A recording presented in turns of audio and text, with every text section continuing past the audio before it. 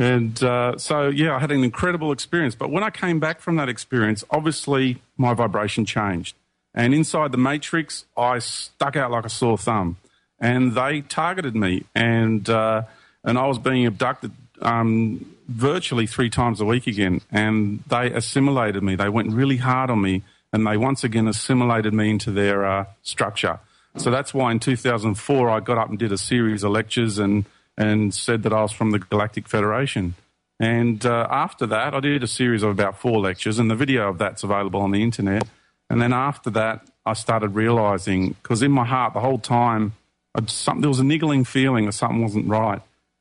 And eventually I came to realise that something wasn't right, and I went through shame and humility, and I was just left as a man, just totally just stranded, just gutted, totally naked. And the male ego struggled a lot. It really hurt.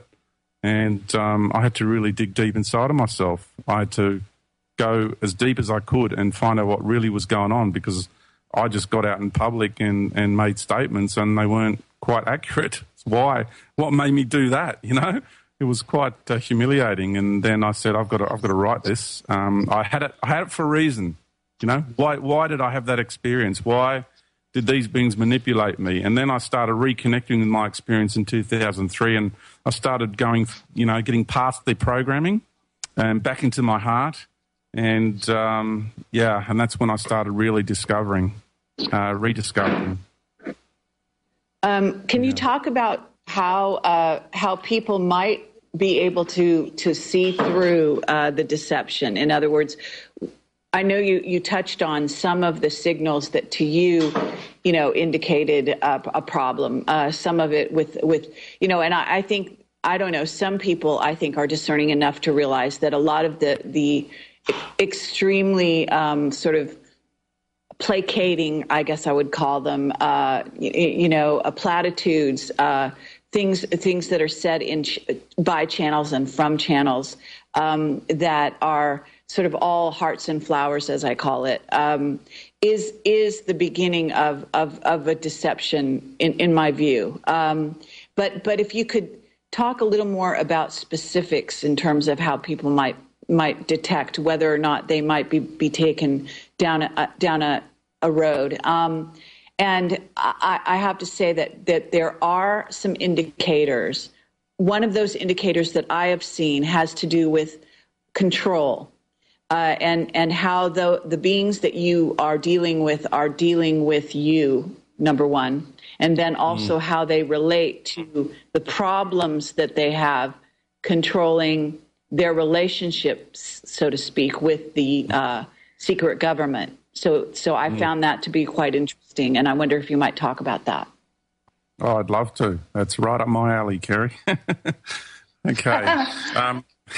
First of all, I want to say the key indicators for me. Okay, first of all, if any being asked you to use...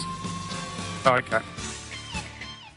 And we are on the air with George Kavassilas, and we were just about to go into some of this sort of behavior and things that really can trigger consciousness on your part as to whether or not you're being approached by a being that is not positive or does not have your best or humanity's best interest in mind. So, George, do you want to add with that? Yeah, it'd be a pleasure. I would say the red flag, I call it red flag indicators for me. The biggest one for me, the number one for me, has to be whenever a being asks you to use their light to get things done, like in a meditation circumstances or, for healing purposes or for anything like that. That to me is the biggest red flag, because when you get to past this cosmic veil and you get to the real ET races and the real ascended masters and the real beings of the high vibrations, the first thing they'll tell you is, don't use my energy, use your own, they say to you. You've got it all inside of you. Just go in there and bring it out. And they say to me, don't give your power away, because we're so conditioned to give our power away. We're so programmed to externalize. And so all this new agey stuff, it's like I've said before, I've got it in a bit of literature in some of the messages from the heart on my website. that the New Age paradigm is the same as a religious paradigm. All it is a far more sophisticated and cosmic version of religions that we've had in the past. That's all it is. So when you hear names like Lord Sananda, who literally turned up in my bedroom and was shining this great light and showering me with all its love, I'm really grateful that I had my point of reference and I got to understand what the true vibration of what the real Christ energy is. Or it really, all it is the creative consciousness of the creator of this universe. That's what Christ energy is. So really, when a being like that turns up and showers you with all this love and light, I told it to go away because I knew it was an imposter. I told it, go away, you're nothing but an imposter. And it had to go away, and it had no power over me. And when you're in your own sovereignty and you know what's what, then you have so much power, and none of these beings can fool you. And it's taken me a while to get to this place, but it's a good place to be, I assure you of that. And also when you hear things like Saint Germain and Archangel Michael with the flaming blue sword and all that sort of business, no, you've got everything inside of you. We are sovereign beings of life, of the universe. And what the human race is so important. There's no other race in the universe that has all the codes in its genes, in its genetics. We're the only ones that have that at this stage. There's going to be more in the future, but we're the first group that have got the whole lot. And it's not a statistical statement. It is absolute fact of what the human race on Earth is all about. And that's why you have so many jealous races out there, and that's why there's such a big fight for this, the souls and the minds and the hearts of the human race.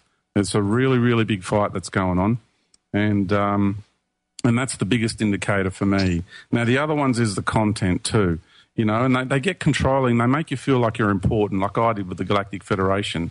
Like you get, connected with these really beautiful, sort of like spiritual, angelic-looking ET races, and they say, you've got a mission. You've come here for a mission. And then they've got you because then you're employed. And they ask you to do this and they ask you to do that. And all of a sudden you feel really important and you're on this special mission.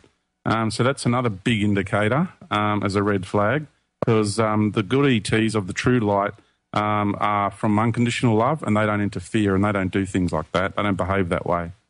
So that's another big indicator for me. And also it comes down to vibration. When you go deep within yourself, your inner core has a particular feel and particular vibration.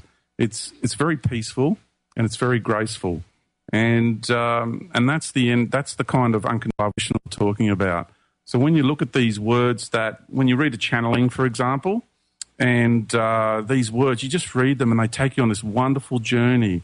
And it's like candy. It really is. I call it spiritual candy.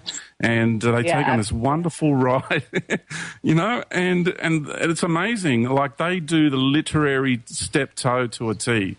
They're very good at what they do. And as you're reading it, they're programming you. They're giving you this euphoric, enlightened feeling because in that moment you're engaging with their vibration. And as you're reading it, they're stroking you.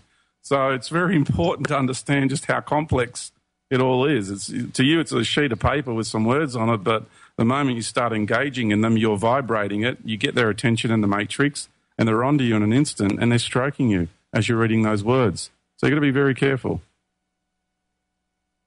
Absolutely. I think, when they inflate one's ego, that's another really, huge problem. And I'm talking about ego. It's one thing to come into your own sense of who we really are and have a sense of inner power because of that. It's a whole nother thing to become ego-based and to take sort of a power over others because of what you think you know. Yeah, totally agree with you. Now, as far as there's also some control scenarios that are going on, and that have to do with the way they talk to people and also how they're relating to the secret government, and also how they're relating to the problem on what they would state as the problem on Earth and how they're going to solve it. Could you talk about that?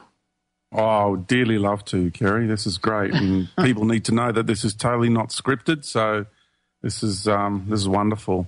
Okay, the other thing to look out for is the way they talk down to us. It's like they propagate this concept that the human race needs mentoring. Yes. Going to another break? Okay, going to another break. Sorry, we'll be right back. Okay. Carrie Cassidy, Project Camelot, Whistleblower Radio, and we are on the air with George Kavassilas. And George, we were just about to go into a very important area, and I wonder if you would just go ahead and address that, if you recall. Yeah, I do. Thank you, Carrie. It has to do with the notion that is being propagated around the planet that the human race needs mentoring, that we are backwards and silly and immature, and when you look around the planet, we squabble and we fight and we carry on. But what people don't get told is that these off-world cabals are the ones that are actually manifesting this on the planet. That if we were just left alone to be just humans, then we would be exactly that, humane beings. And we would get on very, very well with one another. We would honour one another, we would love one another, and we'd live very, very freely indeed. So that the notion that we need mentoring, that we need to be saved, that we are children, and you hear it, the way they talk down in these channelings and that, dear ones and children, our dear children, and things like that, all these statements and the energy behind the words, and this other concept by the Galactic Federation that they're about to welcome us into the galactic community. All these sort of ideas and notions is really part of the charade, and it is no different. And I really want to make this point clear. A great man called David Icke said, problem, reaction, solution. And people think it just means the ruling elite. But you've got to realise that problem, reaction, solution exists on a cosmic level as well. And they are creating a very undesirable environment on the planet. So, and that's the problem they're creating, a very negative and undesirable environment. So they can then come along and implement their solution. You know, they get the reaction from us, please help us, please help, anybody out there, please come and help. And then these ETs come along and they're going to look like our saviours and that they have all the solutions. That's the trick. That's really what people need to realise, that these cabals go intergalactic, and the hierarchical structure of this negative agenda is very, very large. It is cosmic, and locally it's on the moon, and then it goes to Mars, and then from Mars it goes to the Orion system, to a star called Al-Nitak, which goes to the Orion Nordics, which you've got to be very, very careful of. I really warn against these Orion Nordics. I've dealt with them personally. I really did not have pleasant exchanges with them because I would not conform. If you conform, they reward you nicely. They come across as spiritually angelic, blonde-haired, blue-eyed, wonderful Nordic beings, and they're not.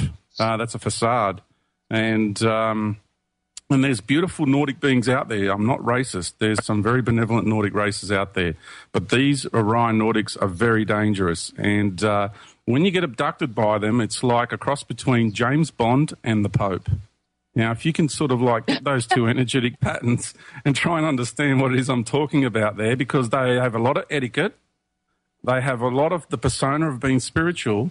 But just like James Bond, if they've got to take you out, they're going to take you out if they have to.